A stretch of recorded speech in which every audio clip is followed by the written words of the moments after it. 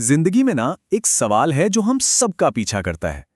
क्या हमारी मेहनत ही सब कुछ है या फिर सब पहले से तय है, हमारे किस्मत में लिखा है? पता है, ये पहेली बहुत पुरानी है, लेकिन इसका जवाब ढूंढने के लिए चलिए आज एक बहुत ही खूबसूरत कथा में चलते हैं।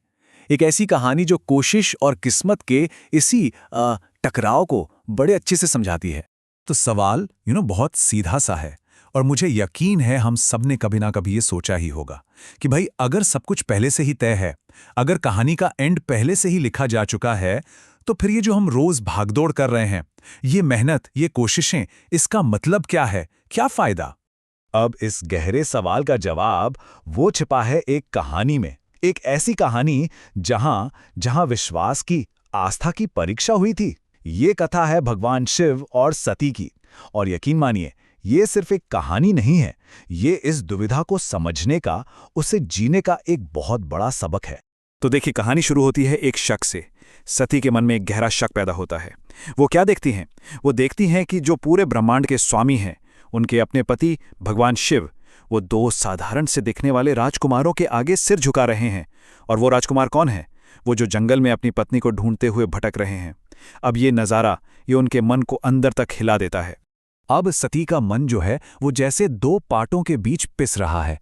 उनका तर्क कहता है, देखो, एक तरफ अगर ये सच में भगवान है, परब्रह्म है, तो फिर एक आम इंसान की तरह क्यों रो रहे हैं? क्यों पूछ रहे हैं कि हे पक्षी, हे हिरण, क्या तुमने मेरी सीता को देखा? और दूसरी तरफ अगर ये बस साधारण राजकुमार हैं, तो फिर खुद भगवान शिव उन्हें प्रणाम क्यों कर रहे हैं? ये हो क्या रहा है? ये कैसी लीला है? अच्छा, अब भगवान शिव ने बहुत धीरज से, बहुत प्यार से सती को समझाने की हर मुमकिन कोशिश की। उन्होंने बताया कि ये कोई और नहीं, स्वयं भगवान राम हैं, और वो इस धरती पर एक इंसान के रूप में अपनी लीला कर रहे हैं। मतलब उनके हर तर्क के पीछे, हर बात के पीछे बस एक ही मकसद था कि किसी तरह सती के मन का ये शक दूर हो जाए। लेकिन होता है ना कभी-कभी कि कोशिशें भी एक हद तक ही काम आती हैं। भगवान शिव ने इतनी कोशिश की, इतना समझाया, पर सती का वो जो शक था, वो एक दीवार की तरह उनके सामने खड़ा रहा। वो सच को देख ही नहीं पा रही थी। और यहीं कहानी के इसी मोड़ पर इसका सबसे बड़ा सबक छुपा है। ये वो पल है जब इंसान की कोशिश अपनी आखिरी हद को छू लेती है, और तब जन्म होता है समर्पण का। तो जब शिवजी ने देख लिया कि उनके समझाने की हर कोशिश, हर तरीका नाकाम हो गया है, तो उन्होंने हार नहीं मानी। ध्यान दीजिएगा, उन्होंने ये नहीं कहा कि अरे कोशिश करना ही बेकार है, नहीं, बल्कि अपना सब कुछ, अपना पूरा एफर्ट लगाने के बाद उन्होंने नियति के आगे सिर झुकाया और बस इतना कहा, हुई सोई जो राम रच राखा। और पता है, इस एक लाइन में ही सारा का सारा राज छिपा है। ये कोई लाचारी वाली बात नहीं है, ये आलस नहीं है कि अब जो होगा देखा जाएगा, नहीं, ये तो उस योद्धा का समर्पण है जो अपनी पूरी ताकत से लड़ चुका है। ये कर्म से भागना नहीं है, ये है फल को ईश्वर पर छोड़ देना।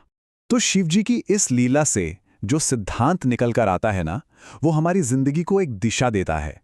और ये सिद्धांत हमें सिखाता है काम को यानी एक्शन को और उसके नतीजे को यानी आउटकम को अलग अलग देखने की कला। इसको ऐसे समझते हैं, मान लीजिए हमारी जिंदगी के दो मैदान हैं, दो अलग अलग डोमेन्स। पहला मैदान है क्रिया का, मतलब हमारा काम, हमारी कोशिश, ये हमारा मैदान है। यहां हमें अपना 100% देना है, अपना सब कुछ लगा देना है। और दूसरा मैदान है फल का, यानी कि नतीजा। वो मैदान हमारा नहीं है, वो हमारे कंट्रोल से बाहर है, वो डेस्टिनी के, नियति के हाथ में है। हमारा काम बस अपने मैदान में, अपने काम में डटे रहना है। और ये जो किस्मत का मैदान है, इसमें क्या क्या आता है? इसमें आता है हानि लाभ यानी प्रॉफिट और लॉस, जीवन मरण यानी जिंदगी और मौत, और जस अप जस मतलब दुनिया में नाम होगा या बदनामी मिलेगी।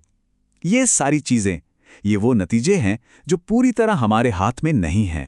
लेकिन जो क्रिया है यानी हमारा काम, हमारा एक्शन, बस वही है जो हमारे हाथ में है। वही हमारा असली धर्म है, हमारी ड्यूटी है।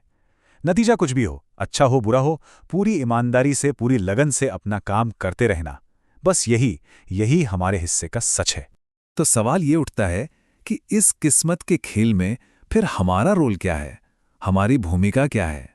तो देखिए, इस पूरी कहानी का सबक ये नहीं है कि कोशिश करना छोड़ दो, बिल्कुल नहीं, बल्कि सबक ये है कि कोशिश करने की परिभाषा को बदलो।